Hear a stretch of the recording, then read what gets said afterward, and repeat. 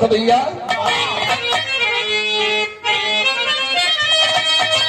पूरे सृष्टि की देवी कहाती है नारी,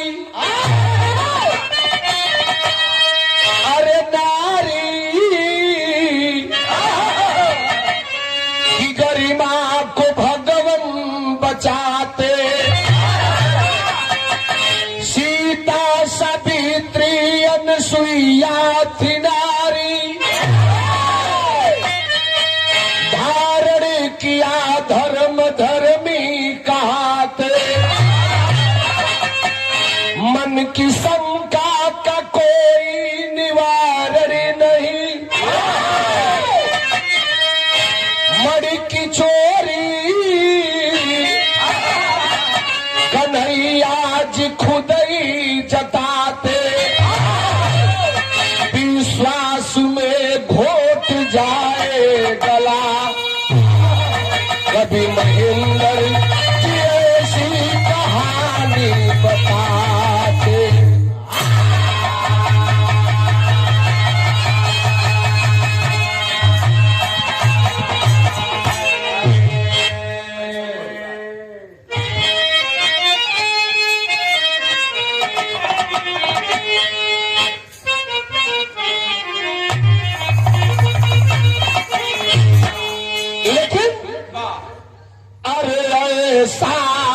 पहली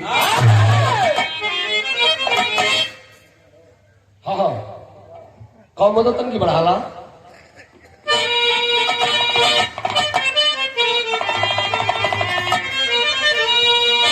अरे ऐसा पहली बार हुआ है,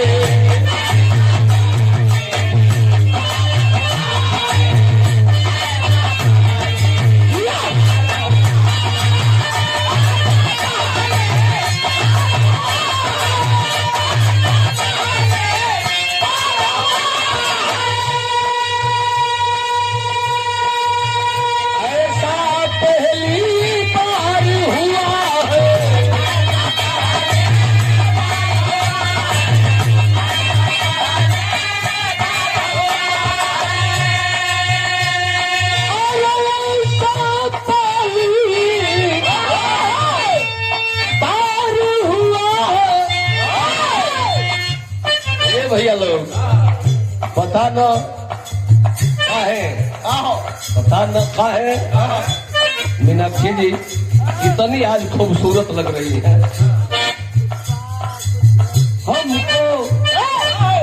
हमको किसी से प्यार,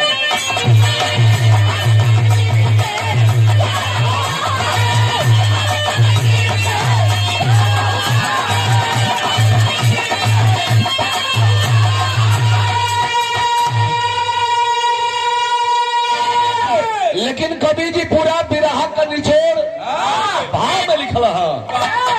अरे जिसने जैसा, हे भैया लोग, अनिल भैया, अरे जिसने जैसा काम किया है,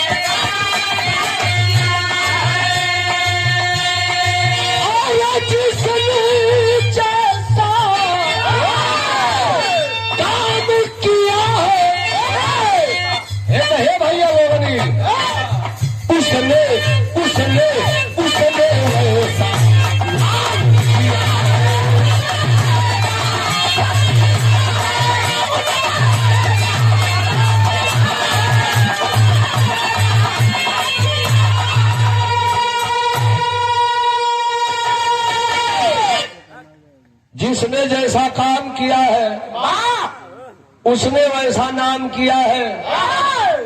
आज की रात बीत जाएगी, लेकिन ये अब्बास फोर बिरदरी के लोग इतना तो याद रखेंगे कि भाई मेरा कलाकार नहीं आया, लेकिन राम को अकेले आया तो आया और आकर के हमारे महफिल को सजाया। हम नहीं आए होते तो मीनाक्षी राज जी अकेले गाई होती, तो अकेले विजयियों खड़ा होकर कुछ ना गई हो, उन्हों के बगलिया में चाहे का भैया। तो यह दिन याद रहेगा। हम भी बिरहा गाते गाते 28 बरस बिता दे आपकी सेवा में। एक दिन बिरहा रहा 30 अप्रैलवा के बिरहा रहा फतेहपुर नरजाताल बास 4 बेदरी का कार्यक्रम रहने को पता न कौन गवैया रहे, हम के चिन्ही ना। वो इतना सजवे से बहसे लगल। नौवा प्रोग्राम हम बास 4 बेदरी का गावत है। हाँ ये लगन में खड़ा भैले कले के भैया तू नौवा गावत हुए हमार ताज बोहन होती है। आ तब बोले पब्लिकिया खड़ा हो गई, कहल लोगवा खड़ा हो गई, राम कुल के जिंदगी बीत गई बस 4 बिरदरी। तो भैया हो देखिए हमारा लगे कहीं कमी हो तने हम भाई तने 2 पैसा टाठ मांगी ला, लेकिन लिख ले तो छोड़ब नाम, भगेड़ू के लिस्ट में नाम नहीं आएगा। गलती ना मीनाक्षी जी बहुत गौया बोलो चलो प्रोग्राम देखे। अरे तो मीनाक्षी की अलग क्वालिटी है। मीनाक्षी हमारे समक्ष कलाकार है। हम दोनों एक साथ पढ़े लिखे बढ़े हैं, समकक्षी है, यूट्यूबर एक साथ चढ़े हम। इसीलिए तो हम गाजीपुर में एक साथ कर लिए।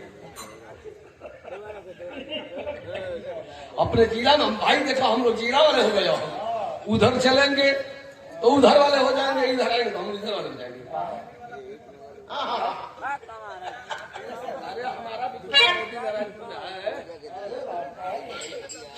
तो देखिए यह सब बिरहा की शुरुआत हो गई। जे चाचा दादा भैया बाबू लोग बैठे लो, जे कहानी का आनंद लेवे वाला हो कहानी का आनंद ले ले। नौकाटी में दूल्हा के भाई लोग बैठे हो, ये लोग तोरल फिर वाला हुआ में धुन बा तोहरा खेसारी खो, लेकिन कहानी बा के कर मजम गलाइन हो।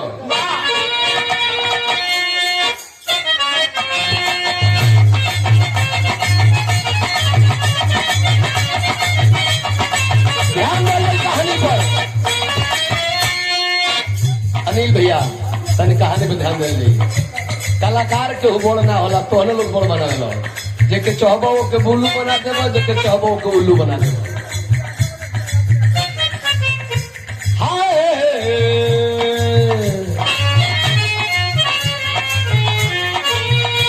जिला गोरखपुर,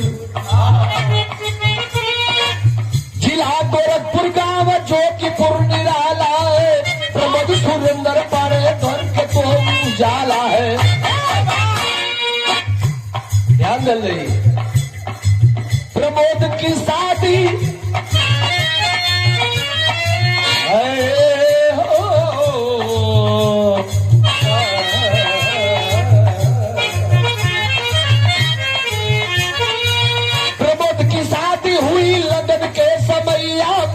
रीता दुल्हन बनी कंगा बनल कलैया में।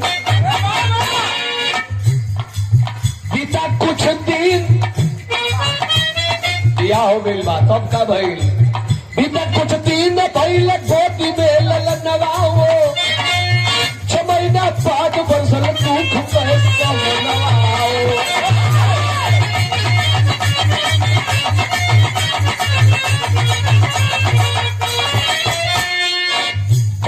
बीमार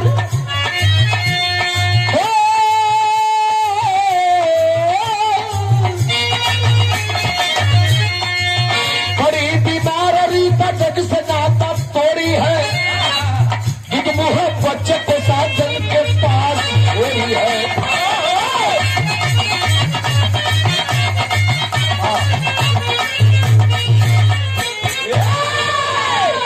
जिला गोरखपुर, जिला गोरखपुर के अंतर्गत जोगीपुर गांव, जोगीपुर गांव का रहे वाला ब्राह्मण का बेटवा प्रमोद पाड़े सुरेंद्र पाड़े।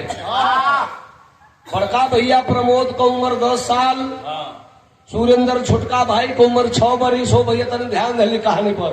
ए बबुआ कुर्सी लेके बैठ जा। बढ़िया पुरस्कार मत दो लोग, लेकिन बिरहा का कहानी समझ लो। ए भैया, दोनों बेटा के छोड़ के माई बाबू स्वर्गलोक की ओर गई हुआ। आखिरकार बाबू दोनों भाई भिक्षा मांग के अपने पेट का परवरिश करतड़न। उस पूरे जोगीपुर गांव में एक ही परिवार, ब्राह्मण परिवार, गांव के लोग कल करे महाराज प्रमोद पाड़े 15-16 साल के हो गई, इनकर बियाह ना करावल जाये गांव में, इनका मेहरारू ना, इनकर खानदान ना चली तो हमने का काथा बाधा के कही। गांव के लोग मिल के प्रमोद पाड़े का बियाह कैल हो। प्रमोद का मेहरारू उनका नाव का रहे रीता पाड़े। आ रीता पाड़े अली, धीरे धीरे 1.5 साल का समय बीतल तो भगवान पहली खुशी को का दे हो, बड़ा सुंदर लड़का, गोदी से लड़का जन्मल, जो ना बेटा का नाम दोनों प्राणी बड़ा प्यार से राजू पांडे रखलन है। राजू पांडे वो लड़का धीरे धीरे हो बाबू 6 महीना का भइल। तबले विधि के विधान मालिक की देन, अचानक रीता पांडे की तबीयत खराब हुई और पैसा के अभाव में प्रमोद पांडे अपने दुल्हन का उपचार न करा पाए, जिसके कारण प्रमोद की वह दुल्हन रीता इस दुनिया को छोड़कर चल बसी। 6 महीना का लड़का बा। लाख मर्द लोग भौजी हो कि हम लड़का जिया ले, लेकिन मीनाक्षी जो माई प्यार दे दी बाप कबो न दे। अनम बाप उतरे पाल पी हो। जिंदगी का सबसे बड़ा कोई गुरु है तो माई होली। आज माई छोड़ के चल गई, लड़का किहा रोवता। गांव के लोग कल के प्रमोद बाबा काहे ने बियाह कल बिना महतारी के बेटा का परवरिश ना होई, तोहरा बियाह करे के पड़ी। प्रमोद बाबा कहलक तो केहू अगुवाई कर दे। गांव के लोग अगुवाई कैलन ह। वो लड़कावा के पाले खातिर ओकर दूसर की माई घर में आ गई। आ दूसर की माई आई तो करनाव कर रहा, लेकिन खेसारी के तरज लग गई।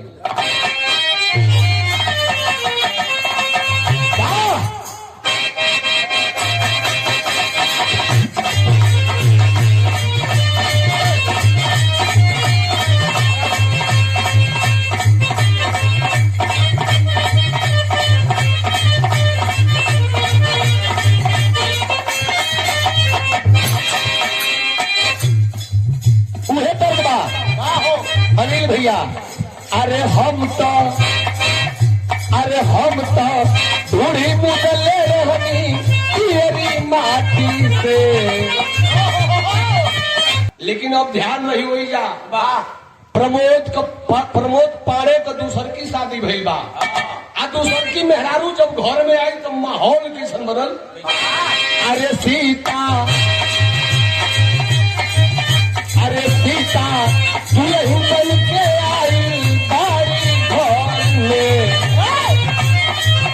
अरे सीता दुल्हन बन के आई बारी घर में, उसी के लहर में।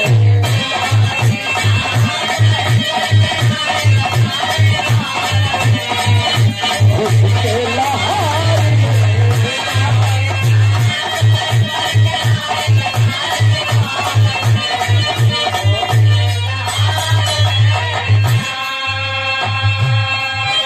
खुशी के लहर में, खुशी के लहर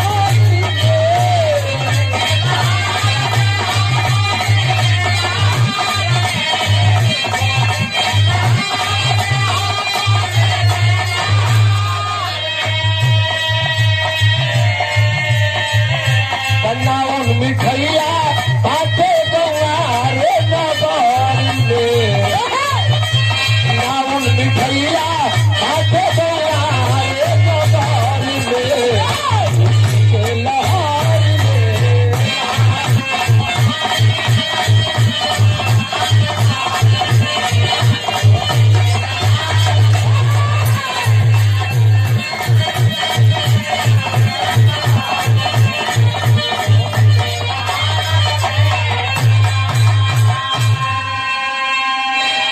घर में दुल्हन आइल बाड़ी, बड़ा लोग खुश बा। नावन घूम घूम के गांव में पाहुर बाटतिया, वही गांव में वो छेला लिया दो नाव को ही रहलन।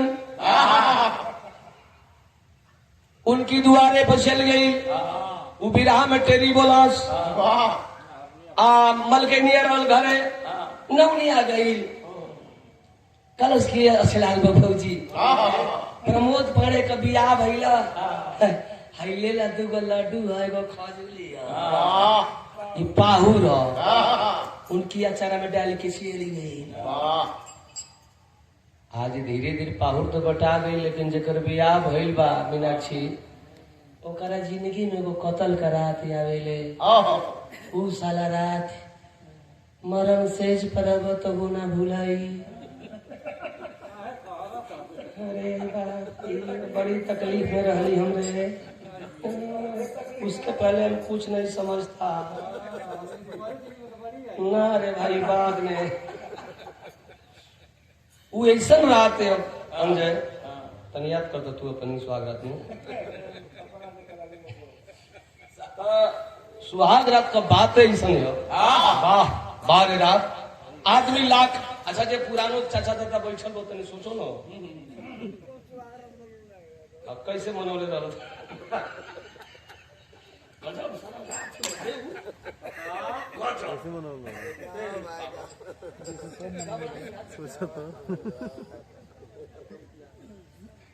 वो सब हम कहाँ पर पड़ेगा, सब अकी को करेगा, सब हमने के दादा परदादा सब। लेकिन पहले का लोग गई हुई हो तो मोहर दिले हुई हो, असरफी दिले हुई हो, का दिले हुई हमने के नहीं जाना। लेकिन हमने के बियाह बन तक को झुमका उमका दिया गई इसे कि तू पैसा कमात रह जा। लेकिन एक घड़ी का दूल्हा जान तो लोग का देता सब जियत चाम से चले वाली मोबाइल से ना चली, जिंदा चाम ठेले खून रखते हैं अंगुलिया में, बेखून का चावल की खबर नहीं तो ना भाई। जिंदा चाम ए रानी है ले लो एमे जियो का सिम डाला तनी रात भर बतिया के मार बाबू मैंने कहा कुछ ना तुम सब कुछ यही पर भरी रात लार पोटा गिरावल जी जब नहीं चल जाएगा देखते बड़ा कि उंगाई नहीं लगता तुम चली जाती है तो मम्मी से मैंने कह के चली और सार पर रहे तो बारे प्रमोद करे वो भी बेचारा चला है सुहाग रात पिता ने। सतयुग त्रेता द्वापर कलियुग 4 युग है। लेकिन प्रमोद पाड़े जब मुंह दिखाई में लेके गोइलन अपने मेहरारू के देवे आज ले कौनो मरद चैलेंज के साथ कराऊ आज ले कौनो मरद सुहाग रात में अपना मेहरारू के मुंह दिखाई में लेके ना गई हो जो प्रमोद लेके जाता रहो क्या लेके गईलन सुहाग के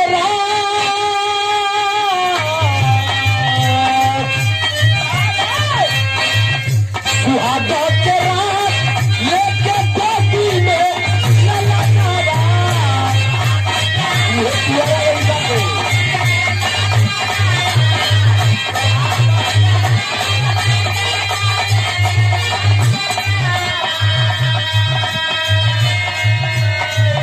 झर झर परी चलती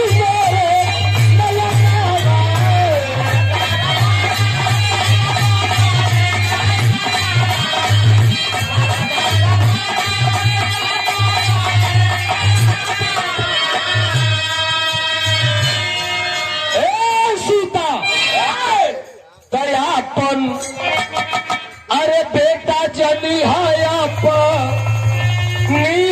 नजर में ये खुशी के लहर में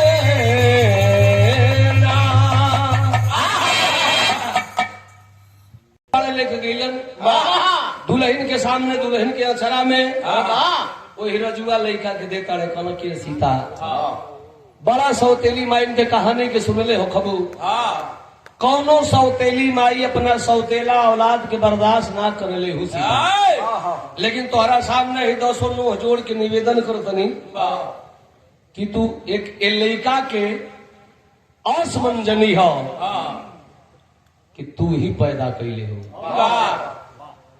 ई मत जनी है कि दूसरा का लड़का हो, ई तू जनी है कि हम पैदा कैले हैं। तबे हमार सुहाग रात सफल हुई हो। सीता मेरे रुआ करते करी पहलवा क्या चौकावा सल्लल्लाहु पति काहे के बियाह कैले ना जनल ना जनल कि सौतेली माई लिए तो लड़का के संग का करी मौका नहीं रुआ तड़ा। अब तो देखो ना गीत तो लाग नहीं गई, ये बगले मंदिर पर तर्ज लग गई।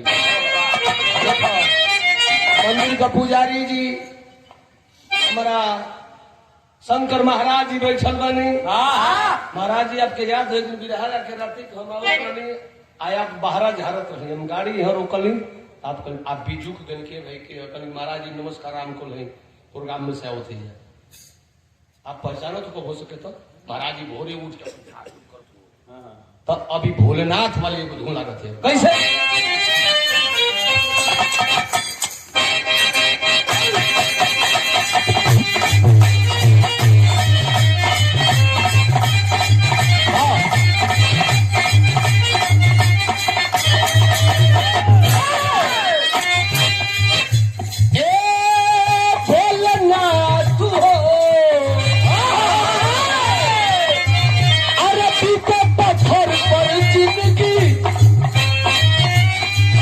पार्वती मैया भगवान शिव से कहता ए पलमुआ हो ए राजा जीवा दुनिया के सब कुछ दे दलाई रौरे मेहरारू को गजन बा। अरे पीते पत्थर पर जिंदगी माया राम ला कहता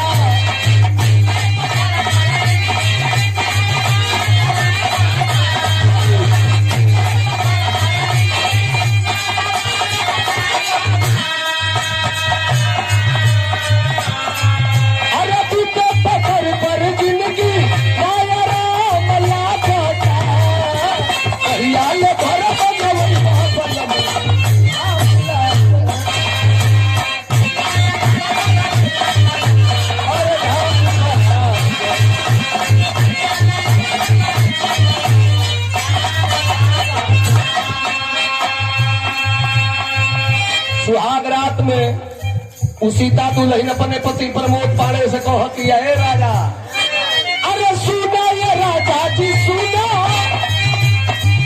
अरे सुना ये राजा जी सुना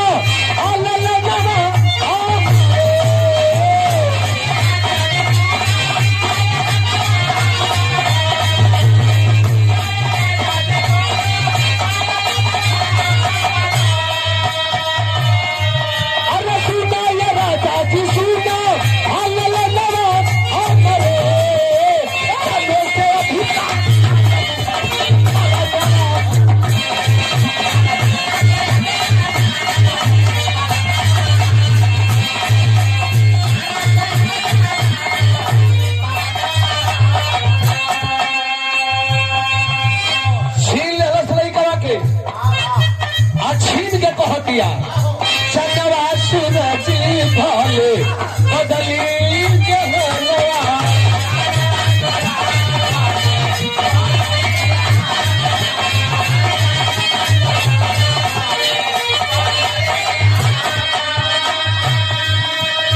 अरे लेकिन मेरे बात नहीं अरे बदली सजनवा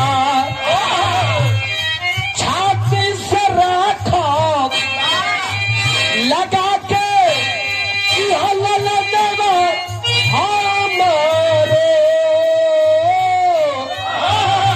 अरे जाने से भी जानब हो पर नवा देखिएगा आखिरकार बाबू सीता वो लड़का के ले हलस कलश की सैया जी हम हर माई में से सौतेली माई ना हई साबित करके दिखा दूंगी। हमो प्यार आपके लड़का के देबे सैया जी की जवन प्यार इनकर माई भी ना दिले हुई है। मत रोई सूरज भगवान पूर्व ना उग के पश्चिम भले उगे हैं, लेकिन ये अचारा में दाग ना लगे दे। बिरहा सुनने वाला भैया लोग तने ध्यान रहे। आखिरकार सुहाग रात का रात बीत गई, अब दिन धीरे धीरे बीते लागल। आ जब बीते लागल तो एक दिन उस सीता पढ़ाई जो बड़ी प्रमोद को मेहरारू अब अपन दिमाग का पेचकस वही प्रमोद पाड़े के स्क्रू में डाल लिखे अब चूड़िया टाइट कर लगे कली के पाड़े बाबा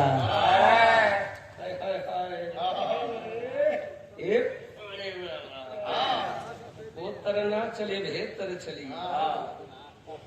खाली काथा खाला से घंटी हिलाला से ना हुई। गांव में घूम घूम के भीख मांगा तड़ा अरे तुम्हारा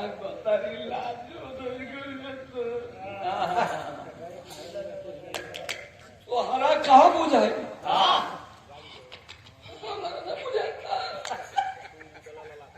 हमारा बुझाता नहीं हर जाइला ओ मैं बड़ी का मरद का नाम है रुधावा वो हारमोनिया बड़ी नीमन बजावेला वो हमारे खास शौकी है।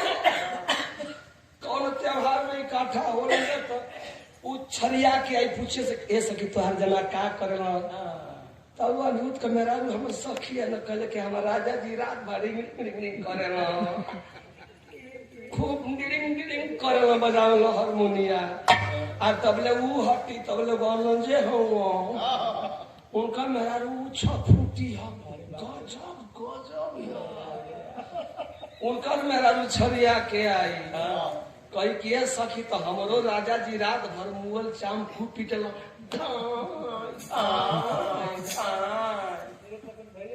वही में एगो और एक जन हुआ प्रमोद ना हो उनकर मर्द खूब झाल हिला हिला के मैंने सबकर बड़ाई अच्छे लाल हुआ तो कबो कबो हे लेडीज में कबो हो लेडीज में कबो हे जेंट्स में जाके डिंग डिंग डिंग डिंग वो करे ना आ वही में एगो मौसा हुआ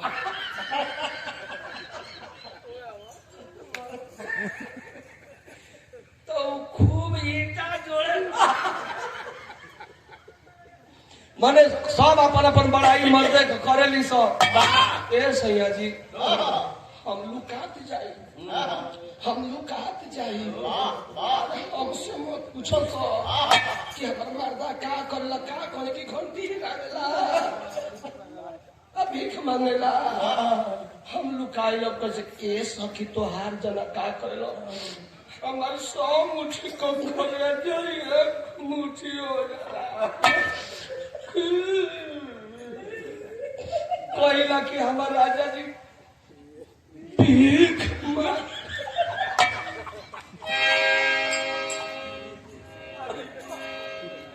बताओ कितना सरल का बात बा।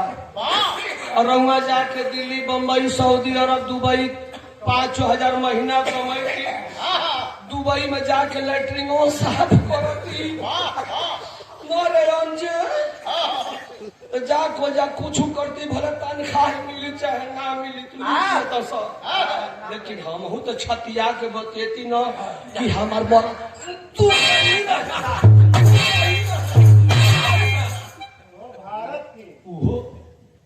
भारत में लोग प्रमोद पाड़े के बतिया नीक लागल कहल कि जाए दे दुबई तो ना जाई लेकिन भारत की राजधानी जाऊंगा। गांव के जन दिल्ली रहत जाके दिल्ली कमात रहलन। आज ऊ प्रमोद पाड़े मेहरारू का ताना लग गई। देखो मुसरी का काट वाला मेहरारू को लोग रुका ना भाग जाओ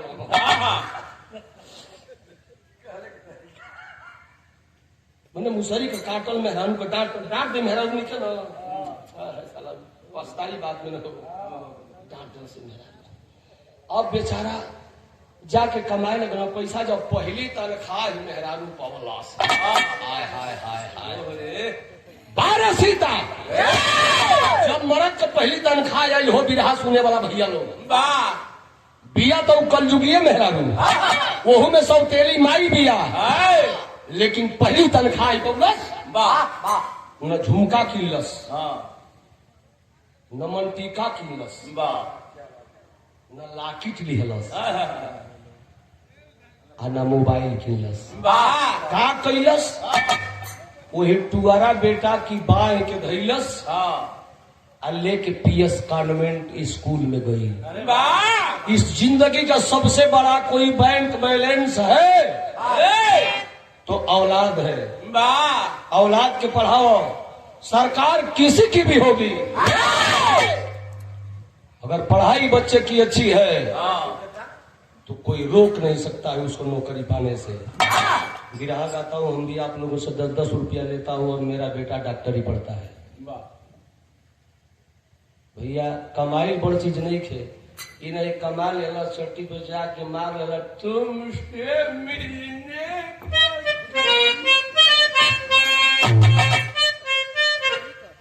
बचाइए उसको। बड़ी भाग्य मानुष तन पावा, माया का नगर हो जबले जिये तड़ो, बढ़िया कर्म करो कि मोला के बाद भी लोग कहस के भैया रहल एक पीस रहे रहल तबले रह। ए बाबू आज लइकवा का नाव माई लिखवा देलस। सैया जी क दिन कमई है, बुढ़ौती में लाठी का सहारा बेटा बेटी होलन। लइका पढ़े लगल, धीरे धीरे कक्षा 2 में पढ़ता, लेकिन भैया हो आज हमारे देहात में ऐसा परंपरा हो गई बा कि बढ़िया कपड़ा पहन के जाता रहो तो दौड़ दिया तो के देख के जरूरत है कि साला इतना बढ़िया कपड़ा ही कहाँ से पहिरलो सो मिल जाइत कि ना तो बीड़ी धरा के सटा देती। वो दया ही नहीं के सोचत कि हमहू बढ़िया कमाई, हमहू बढ़िया से पहिरी, बढ़िया से रही। आज लइकवा पढ़े जाता, मीनाक्षी जी ये तो हर जाति ऐसा है मेरा करो। हाय हाय हाय चारी गोली बैठल बड़ी से जनते वाला लोग कहाँ कहाँ बतियावेली सब। एक शिव चर्चों में जाता से, हाँ शिव चर्चों में जाता से तो कोनो गावत है कि जागा जागा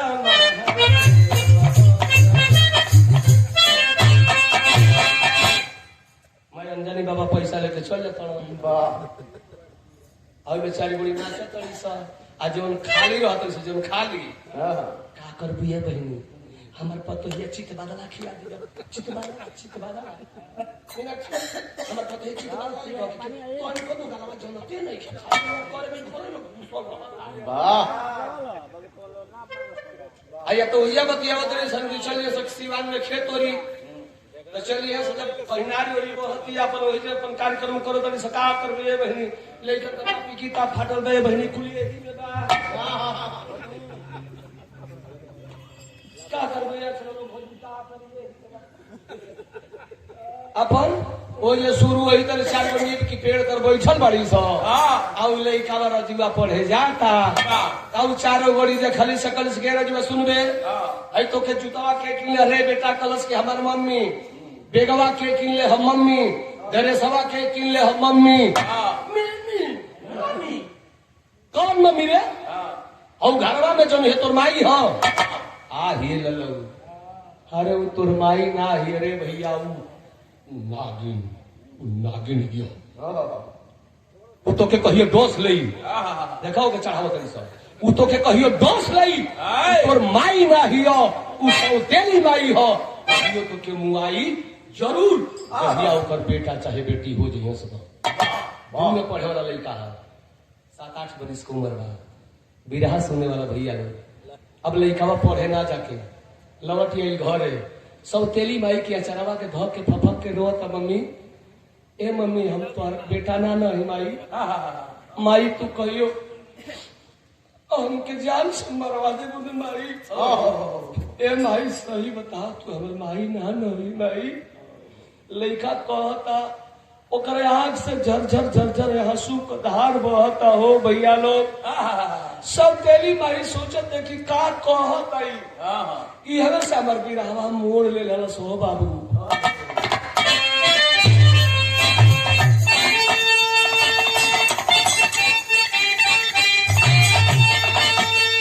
अरे तमाई तमाई के चरिया धोई के अरे कहे सब नजी कहे सब नजी झर झर बचवा झर झर बचवा के आखिया से बरस के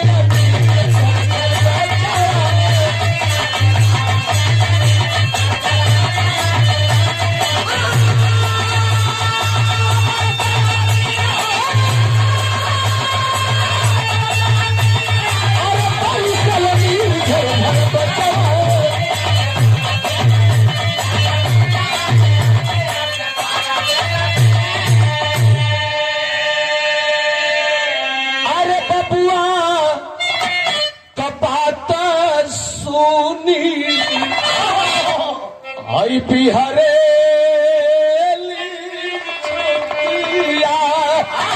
अरे तो कभी सारब नहीं एक पल चलाती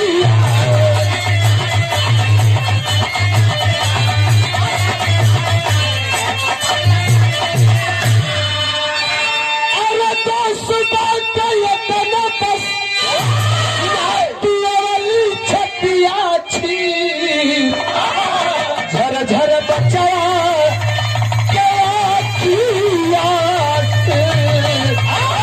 बरसला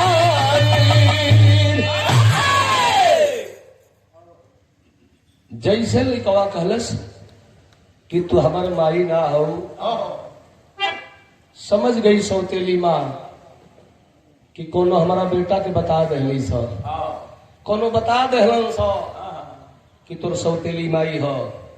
आखिर हम का करी लइकवा के कैसे समझाई। सुहाग रात में सैया के सामने कसम कैली कि तोरे बेटा की जिंदगी में कब दुख न दे। का करी है प्रभु कैसे मनाई कैसे के समझाई। घरवा में दौड़ल गईली है 10 रुपया का नोट लेके ली है ओकरे बगली में डली है। ओकरे मुंह के धोली है राजू की कहली कि बेटा राजू तू पढ़े जा दुनिया के कहे दे रे भैया हम तोर माई है तू हमारे बेटा हुआ रो के हमके मत रुआव रे लाल मत रुआव।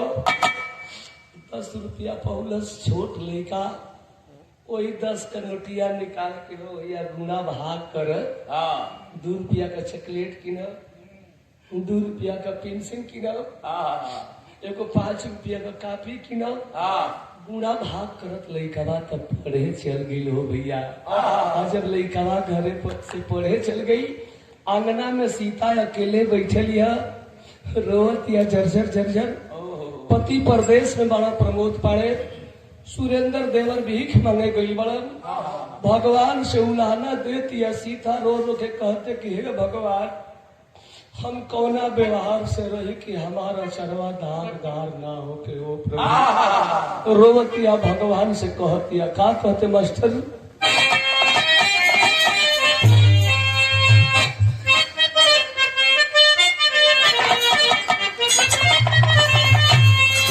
कहतिया कि केही पीठी राख बुलाजी हे प्रभु अरे केही पीठी राख बुलाजी चढ़ली जवानी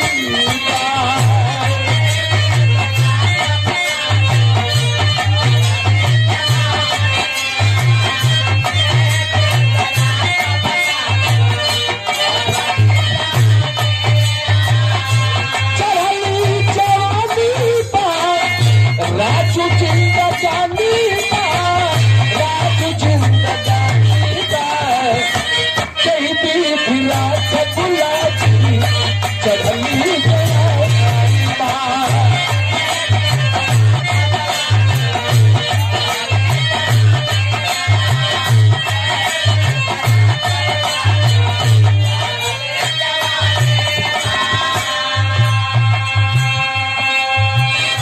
चलत तो कलयुग हो भैया, लेकिन इस कलयुग में राजू भैया कुछ सत्य भी है। अगर सत्य न होता तो धरती न टिकती। जितना पाप हो रहा है, अत्याचार और बलात्कार हो रहा है, हत्या हो रही है, सत्य नहीं होता तो ये धरती धस जाती। कहते कि हे भगवान हमरा के कोनो सद्बुद्धि दो, नहीं ते रजुआ खाती हम बहुत बड़ियार गलत काम कर दे। ये सोचत घरवा से बाहर निकल गई। का सोचत निकलल? राजू बेटा में हमरो, अरे राजू बेटा में हमरो बसला पर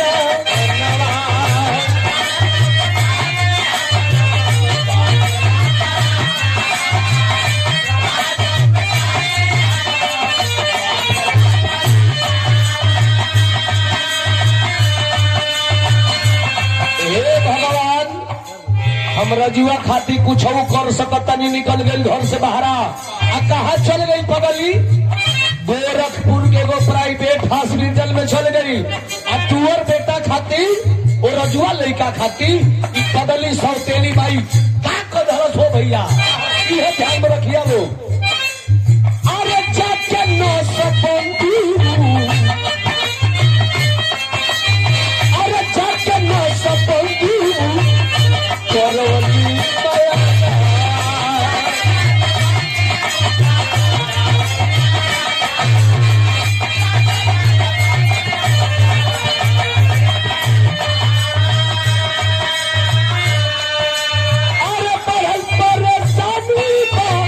राजू जिंदगानी पा, राजू जिंदगानी पा, कहीं भी राखबुलाजी हमर चढ़ली जवानी बा। बारे सौतेली माई ओकर हिम्मत का हम सलाम करता नहीं।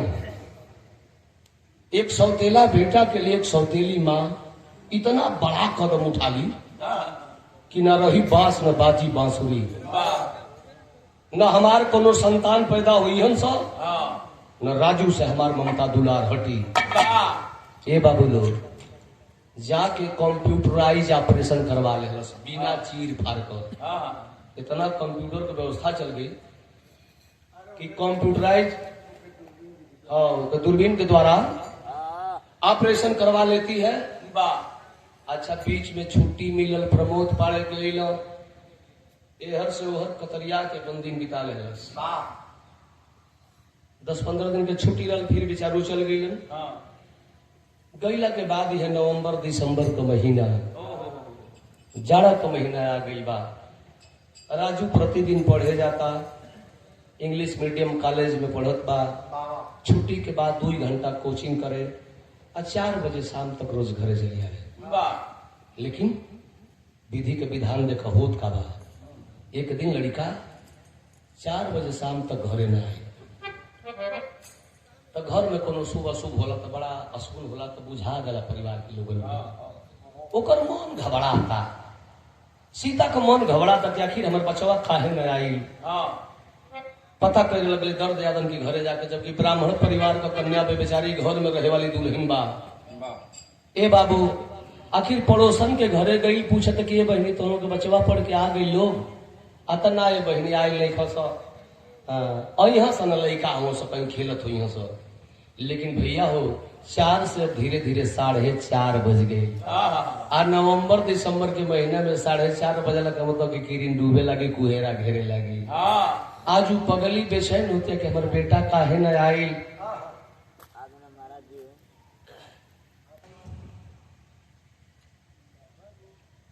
बेटवा के खोज में हो बाबू स्कूल की ओर बाई चलती है। आखिरकार सीता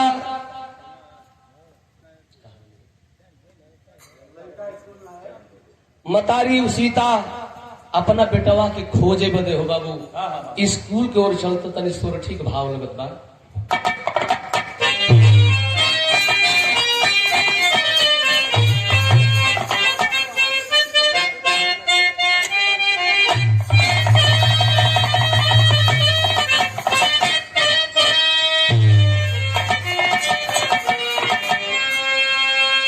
माई आंख में आंसू लेके और रोवत हो भैया। लोग कहला कि एगो आंख के आंख ही ना जानल जला।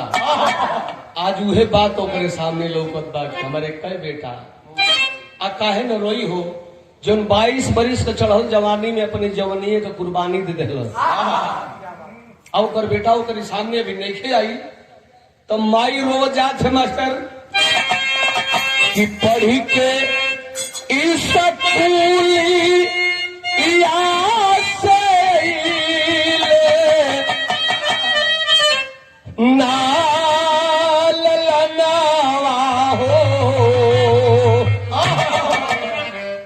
अब पगली ताके बेटावा के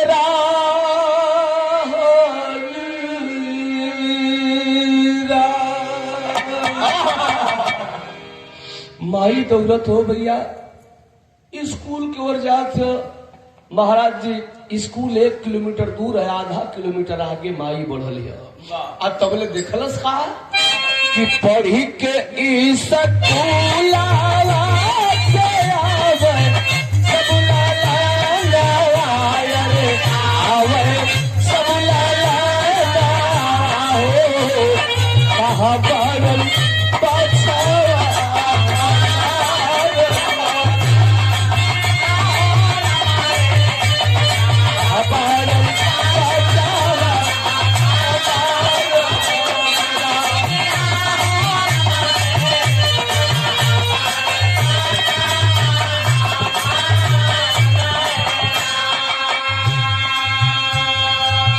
छुट्टी भइल बा कुल लइका पढ़ के आवत सहो भी रहा सुने वाला हमार भैया बाबू लोग लइकन के झुंड के लगे माई पहुंचल बाड़ी।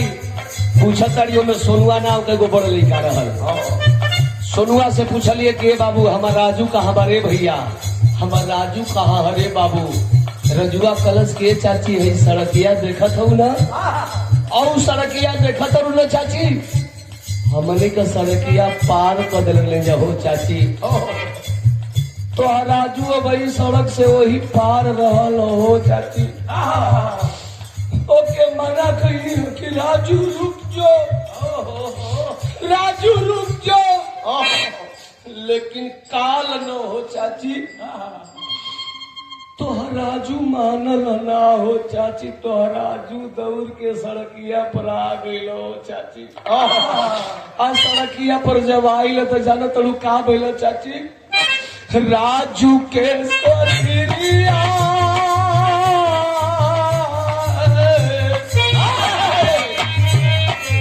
हरे राजू के सरिया पर डराता चढ़ी गाइले, डराता चढ़ी गाइले हो उड़ी गईले आया बरा।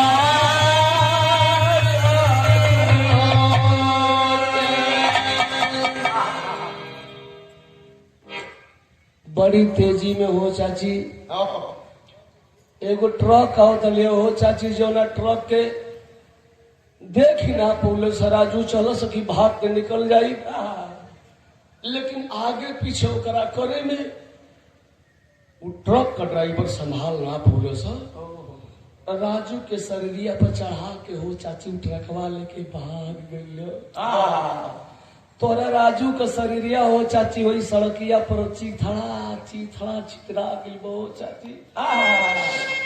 चिन्हात नहीं खे हो चाची कि तो राजू हो कवन ऐसन माई हुई हो भैया कि वो सदमा के बर्दाश्त करी। यहाँ कवि जी के तेरी में लिखे के पढ़ भैया,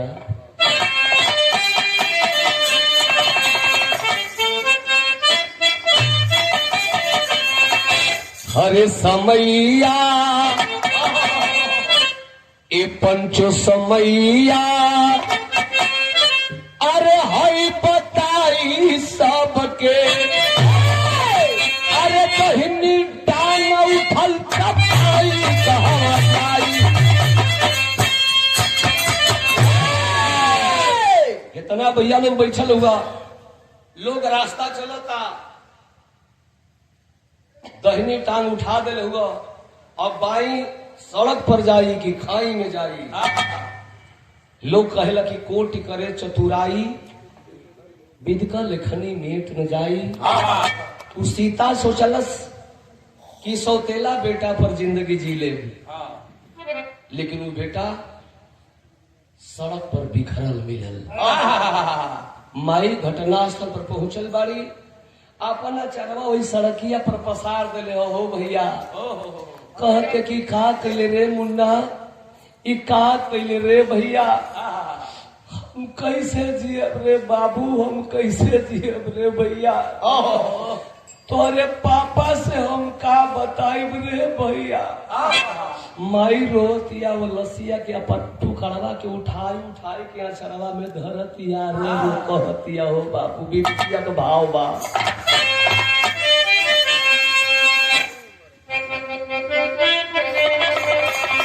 तब गोतिया में लसिया ए भैया हमें सीताया सिया के, अरे हमारा के कैल पीसा राई हूँ दूलरुआ के करे सारे अजीब सन सारा में, अरे यही धारा पीछे डुबाई मोर दूलरुआ।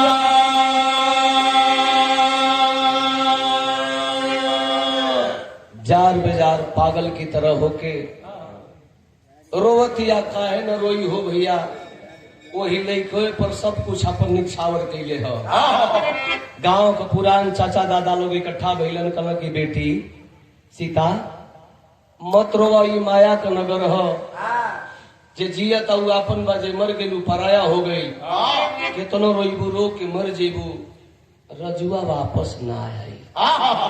ओकरिया चरवा पकलसिया के लोग अपना लुंगी गमछा पर गिरा के हो भैया, लौरी में टांग के खून का धार हर हर हर बहता। लोग उठा के लिलन घरे, लसिया रखहू जोग ना रहल, लोग दाह संस्कार कर देलन। दिल्ली खबर गई, प्रमोद पाड़े घरे अलन तो देखल जा मर्द का करेजा मर्दे का होला।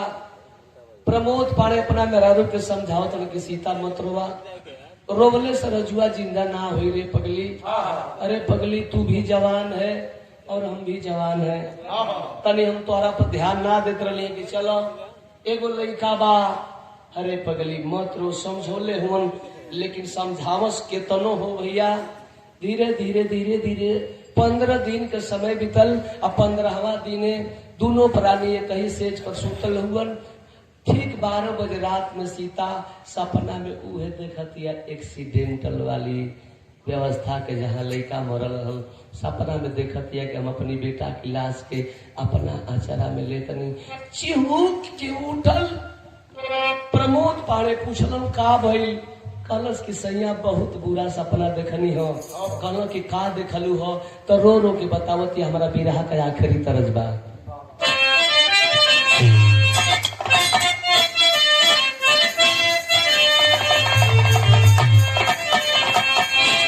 जब बिरहा का भाव बढ़िया हो जाला मास्टर, तो हमार अनुभव ही कहेला कि वहाँ धुन गावल कोनो जरूरी ना हो। आखिर कहती अपना सैया प्रमोद पाड़े सकिए सैया, अरे सैया राही राही,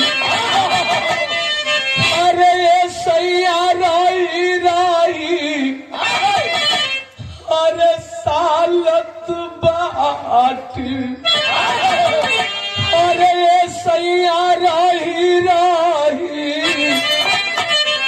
अरे सालत, अरे बेटा कैमा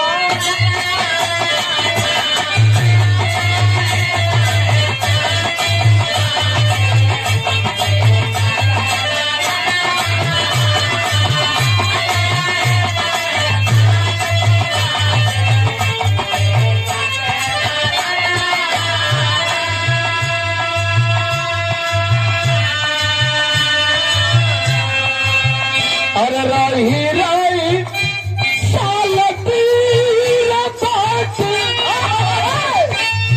अरे बेटा के मरना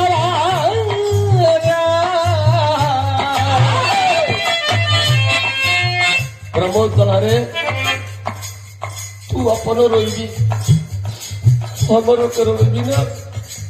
अरे तू तो ऐसे रोआ तारी ऐसे कीड़ा तारी कि जैसे बुझा तक कि तू ही के 9 महीना गर्भ में डोले डाली दे।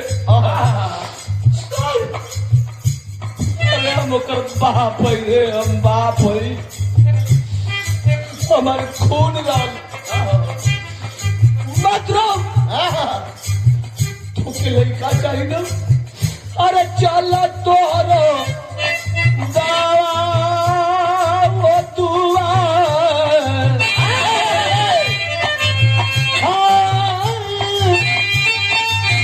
अरे चल तोहके दावा दुआ कराईला मरनिया।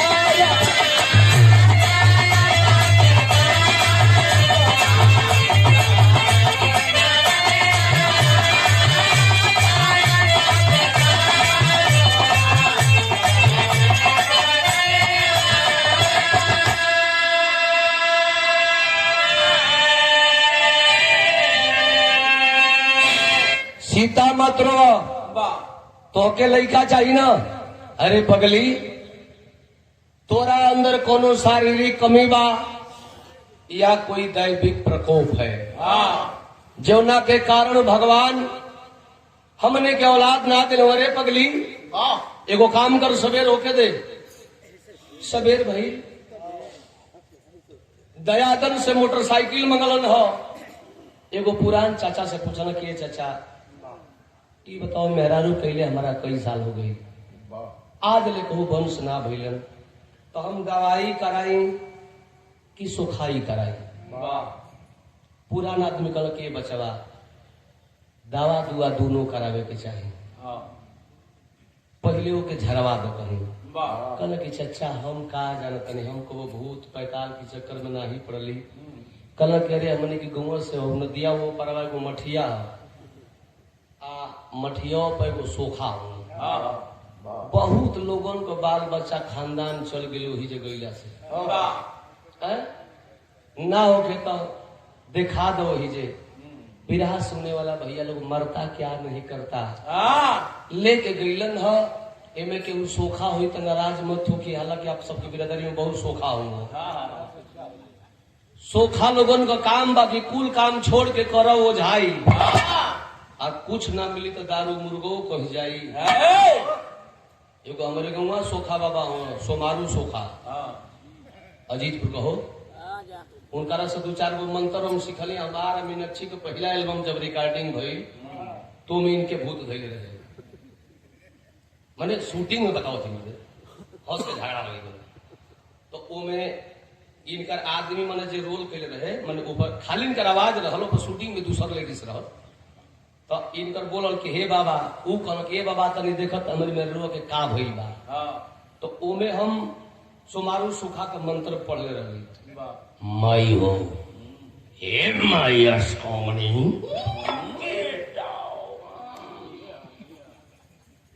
माई अस्कामनी टोलवत का परी दूध का बदला दूध पीटा माई सच गाय गुहार बाछी तोरे दुआरे पे आके गिर गई अम्मा गाय गुहार बाछी हमारी एगो गेटा दे दियो ईटा साल भीतर खिलाई।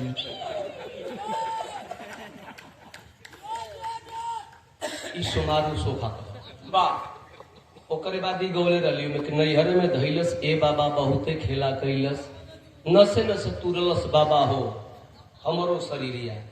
उमे हमार लाइन रहे कि मन के मनाव ए बाछी दारू मुर्गा मंगाव करब ओझाई तोर गोरी रतिया नरिया से कुछ रहे। बड़ी पुरान गीत हो गई, 15-16 साल हो गई। पहले यूट्यूब पर चढ़ल हमने के गीतू है, दोनों जना के जिंदगी के पहला एल्बम रहे।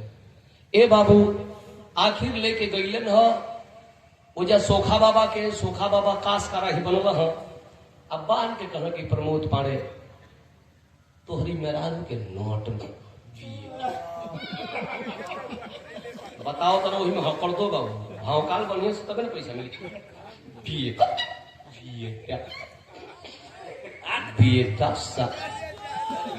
बेटा घड़िया घड़ी दे अपन भौकाल बनले हम बाबा भौकाल बनल कहल कि भैया नैहरे के नट नटिन धैले बा बड़ी कंकार धक नसीहत ऊंच पहुंच देले बा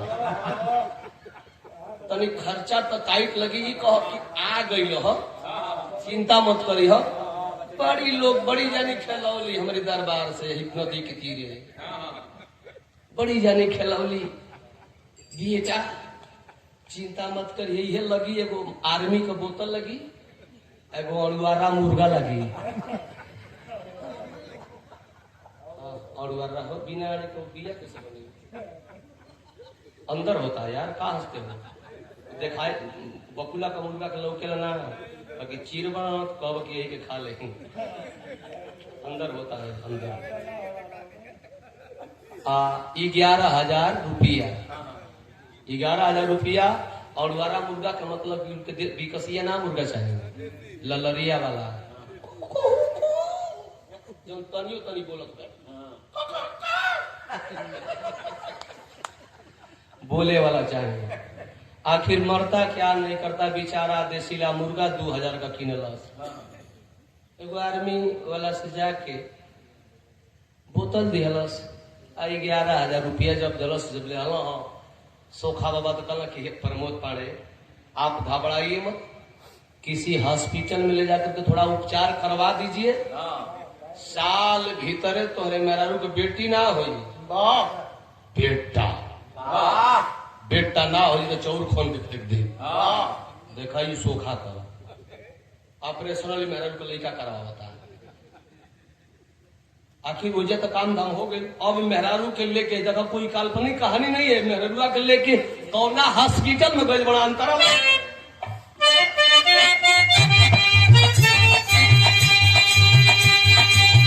अरे गोरखपुर सहरिया पहुंचा लेके दूल्हा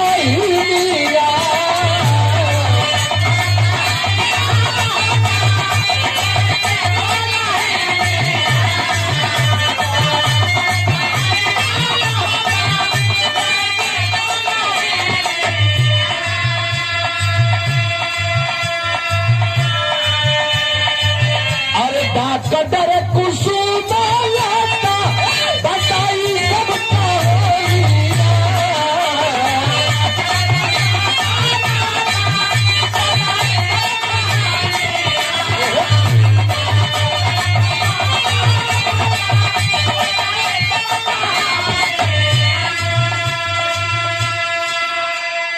अरे बच्चा नहीं इनकर पैदा हुई है कि करवली ऑपरेशन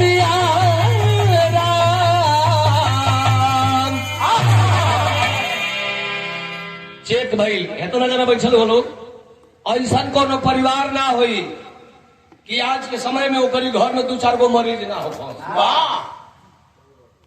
कुछ ना रोग हो तो सबसे बढ़िया रोग का हुई गैस आज एक गैस हो गई ओकर मय रोग हो गई आ लेके हॉस्पिटल में जइबो आ रिपोर्ट जब निकली तो वो डॉक्टर मरीज के सामने ना बतावेला कह के थोड़ा मरीज के हटाओ गार्जियन कौन है जी हम इनका गार्जियन हम है अच्छा इनका गार्जियन हाँ जी हम इनका गार्जियन हम है हाँ इनका ऊ कौतन मरतबा प्रमोद पांडे इनका गार्जियन हम है तो क्या चाहते हैं हाथ जोड़ के प्रमोद पांडे कहला कि डॉक्टर साहिबा रुपया के तो आप ले लेंगे लेकिन हमारा मेहरारू के तौर से एगो बेटा चाहे बेटी जरूर करा दे जैसे कि ना कराए तो ही पागल हो जाइए डॉक्टर कुसुमलता कहती है प्रमोद जी आपके औरत का कोई संतान नहीं होगा इसलिए नहीं होगा कि आपके औरत का ऑपरेशन हुआ है, नसबंदी है ना। डॉक्टर साहब आपका ये रिपोर्ट गलत है, दोबारा चेक करिए। कहली कि दोबारा चेक ना करो, पहले तू अपने मेहरारू से पूछा जाके, चाहे नैहर का करौले हो के चाहे ससुरा का करौले हो कि ऑपरेशन करौले दिया। मेरा कंप्यूटर ये रिपोर्ट गलत नहीं है। प्रमोद पाड़े गईलन मेहरुआ से कहो डॉक्टर कहतिया कि तुहार ऑपरेशन भइल बा। सीता सोचलस कि कहतन कि नहीं खे भइल, तो फिर चेक हुई, फिर रिपोर्ट उहे निकली और रुपया हमारे नुकसान हुई। हाथ जोड़ के कलश की सैया जी वो रिपोर्ट सही बा, हम सही में गलत बानी, हम आपन ऑपरेशन करौले बानी। ऑपरेशन? तुम ऑपरेशन कराई हो? सही बोल रही हो, इसीलिए नहीं हो रहे हैं। सही बता रही हो, ऑपरेशन हुआ तुम्हारा? जी हम करौले। कितने बच्चे हो गए थे तुम्हारे? कौन कहा था तुमको ऑपरेशन कराने के लिए? काहे करौलू? जब ढेर गरम भइलो तब सीता कलश के पाड़े बाबा सुनो, भुला गईला वो बात के, भुला गईला वो बात के, भुला गईला वो रात के, भुला गईला सुहाग रात के। जौना रतिया में कुक्का फाड़ के मऊगन नियर रोवत रहला, हमके क्रिया खियौला कि हमारी बेटा के आपन बेटा जड़िए। ए सैया वो दिने से पहले तो मन में सोचल रहली कि औलाद ना पैदा करब, लेकिन तोहरी गांव में तो कोनो कुचरा कुचरी हमारी लइकवा से बता दे हमसे कि तोर माई ना हो, सौतेली माई हो, हमसे रोवत रहे। तहिए हम तोहसे का पूछी हो, तू तो एगो स्वार्थ में हमसे बियाह कइले बाड़ा। जोन माई हमके 9 महीना गर्भ में ठोके पैदा कइलस वो माई से ना पूछली, जोने बाप को कमाई खा के तना बड़ भले तोरी घरे अली वो बाप से ना पूछली, नैहर में भाई भौजाई से ना पूछली, घरवा तोहर को भाई 15 साल का बड़ा सुरेंद्र उनसे ना पूछली कि सब हमके बर्जे लगी कि सौतेला बेटा पर ऑपरेशन करावती है। आज तू पावर दिखावत हो मर्द का, अब तो प्लास्टिक की राजधानी बटुराए लगल ना, अब बटुराए लगल कल तब जाए दे, चल जा घरे, लिया के घरे तो चल गल, मेहरारू गई घर में, आई दुआरे पर। अब ऐसे बढ़िया विपत का हो सके, एगो मर गई, लइको जन्मल उहो मर गई, आई ई बिया तो बिना कामे के बिया होते होइबे न करिए। तो अब बाबा वो पाड़े बाबा कपार हाथ धो के बैठल बाड़े, अब का करे तबले करे रे एगो पिय कर भाठा पर से झरिया मारी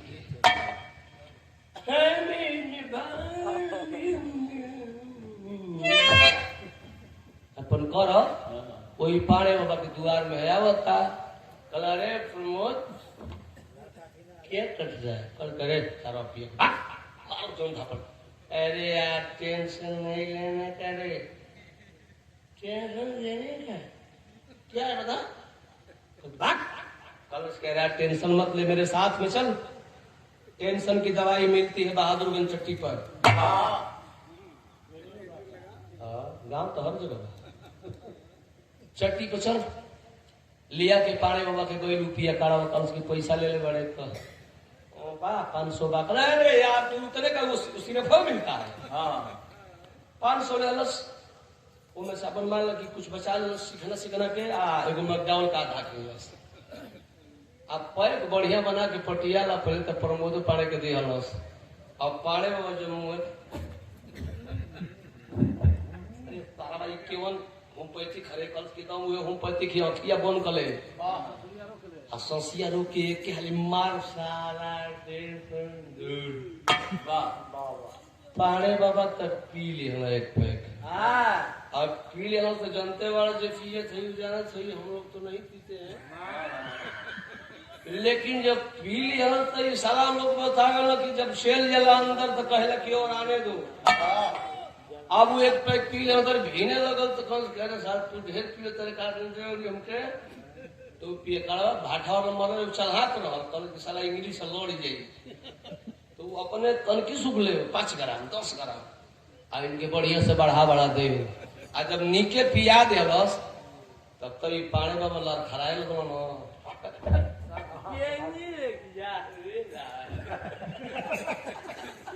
दोनों अपनावत हुआ। जब इस जान गई पिया कड़वा कि अब तो पानी नाशा में हो गई बड़ो विराज सुनल भैया लोग तो कल के पानी बाबा कैसन टेंशन कहता दूर भइल कि ना भइल। हाँ अरे भैया बिगड़ तो कल की क्या टेंशन था तुमको? कल कह रहे यार हमको यही टेंशन बस एक बात का है दिमाग में कि हमार मेहरारू हमसे बिना पूछले अपन ऑपरेशन काहे करो लसिया, काहे करो लसिया, हमसे बिना पूछले काहे करो लसिया। तो जो पिया कड़ावा बताओ उसकी जानते हो क्यों कराई है? तुम्हारी औरत तुमसे बगैर पूछे इसलिए ऑपरेशन करवा ली है कि तुम्हारी औरत तुम्हारे भाई से फंस गई है। तुम्हारे भाई से फंस गई है इसलिए कि तुम कमा कर पैसा भेजोगे, तुम्हारा भाई मजा लेगा, कोई डर नहीं, कोई रिस्क नहीं। कलश की साला तो यही बात है। और पिया कड़ावा हाथ छोड़ा लॉस आ ई चलना है नहीं तो पिया कड़ावा गई फोन निकल की जा सार बता दे। आयो ये शंका का बीमारी है खोपड़ी में वो डाल दिहलस। लोग कहल कि दारू पियला से टेंशन दूर होला। दारू टेंशन दूर नहीं करता है मित्रों, दारू और टेंशन देता है और गलत काम की ओर आपका दिमाग लेकर जाएगा। अभी दारू जब पी लेलम तो इनका दिलो दिमाग में शंका का बीमारी महाराज धो ले कि हमारे मेहरारू भाई से फंस गई, हमारे मेहरारू भाई से फंस गई। अब देखा है शंका में कैलस का आला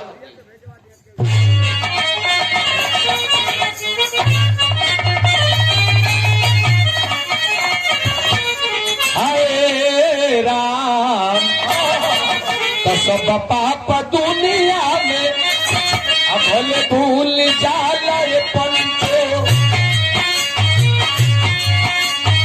अरे मन से पाप कब नहीं भूले रे भूला।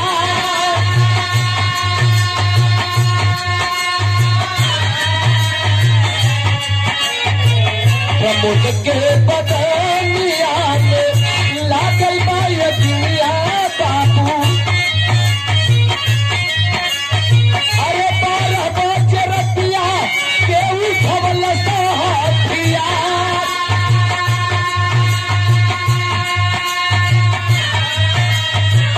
सुरेंद्र के कोठारिया में पहुंचल रजैया बाबू।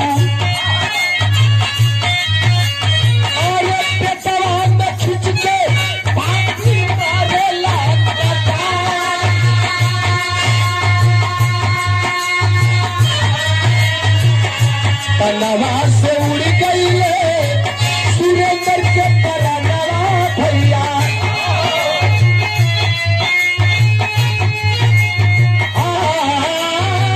अरे पहुंचल बहुआ जहाँ सुतल बाड़ी दारू।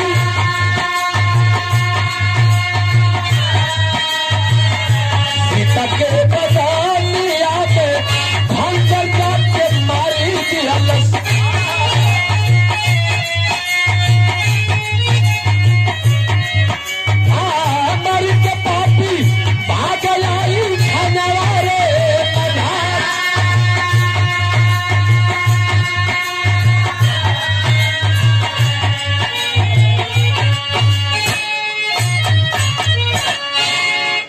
भैया दारू के नशा में रहबे कई आ दारू के नशा में हो भैया ये बात सोचत चलल कि तू भाई नहीं थे हमारे कसाई बड़े रे सुरेंद्र, हमारे आबरू पर तू हाथ डाल दे रे सुरेंद्र, तू हमारी मेहरारू का ऑपरेशन करा दे रे सुरेंद्र, तो के जियत न छोड़ रे सुरेंद्र।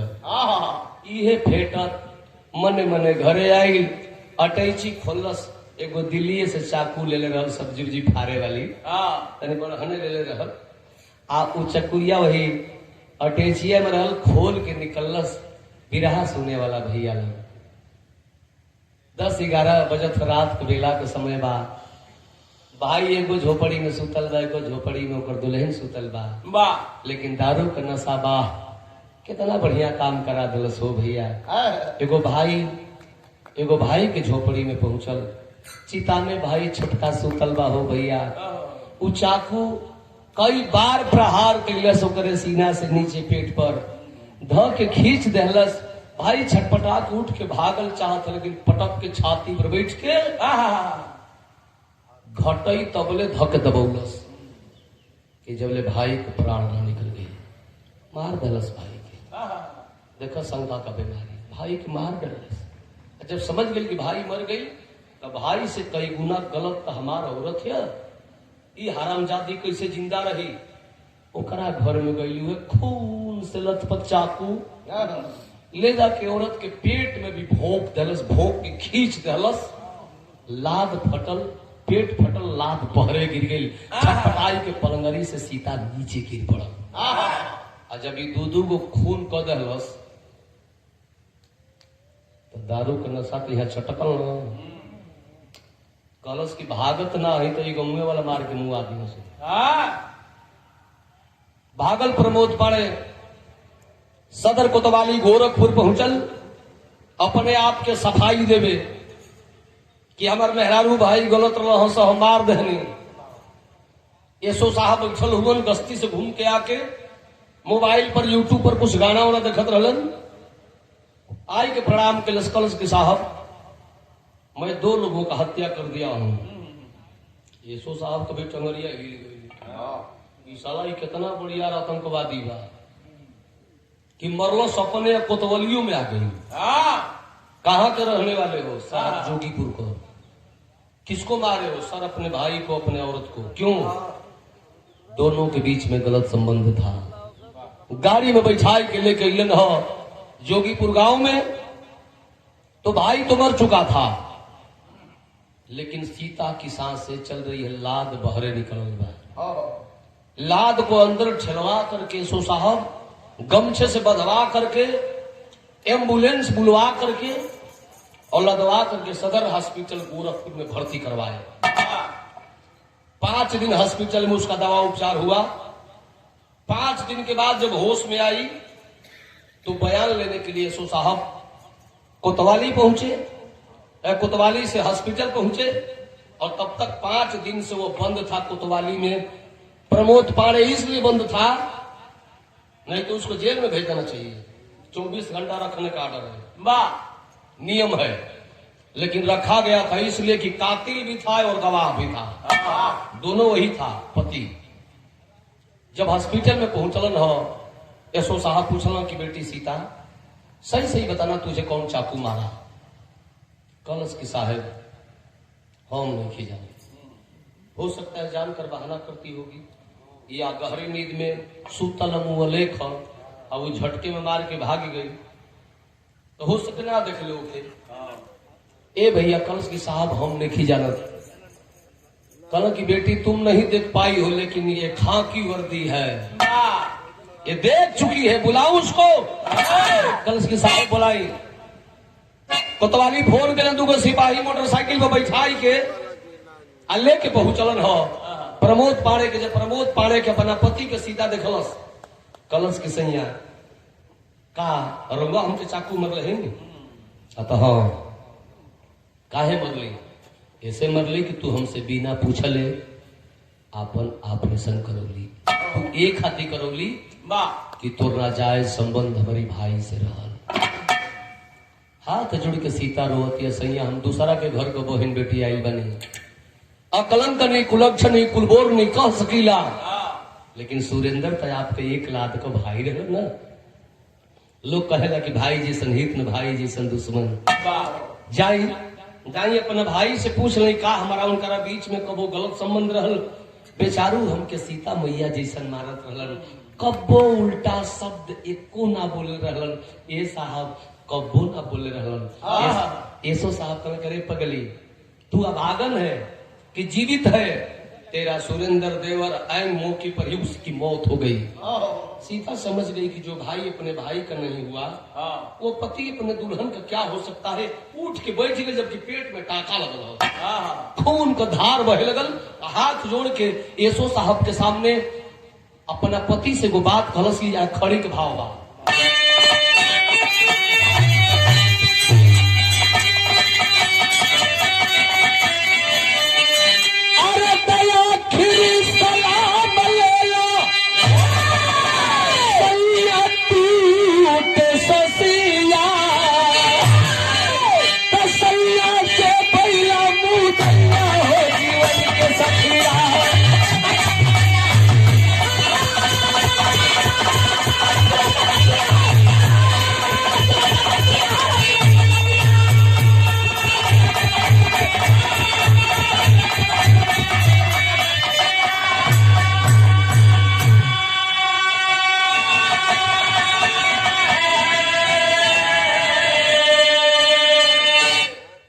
आखिरी सलाम लेला सैया टूटे ससिया, सैया से भैला मुदैया हो जीवन के सथिया। इस भाव पर 100 रुपया पुरस्कार हमारा अनिल भैया, जिनके बिटिया रानी का आज शादी भई। वो बेटी सुबह ससुराल चली जाएगी, लेकिन जब तक इस परिवार में बेटी थी अपने पति के लंबी आयु के लिए ये भी लड़की कुछ काम ऐसा की होगी जो काम सीता अपने पति प्रमोद पाने के लिए की थी। भरी समाज में, भरी हॉस्पिटल में वो लड़की कह रही है कि सैया जी 8 अगस्त 9 कार्तिक 10 बैसाख मास नहैनी सुबह शाम शिव पूजन कई के अरे सैया तो हके पवनी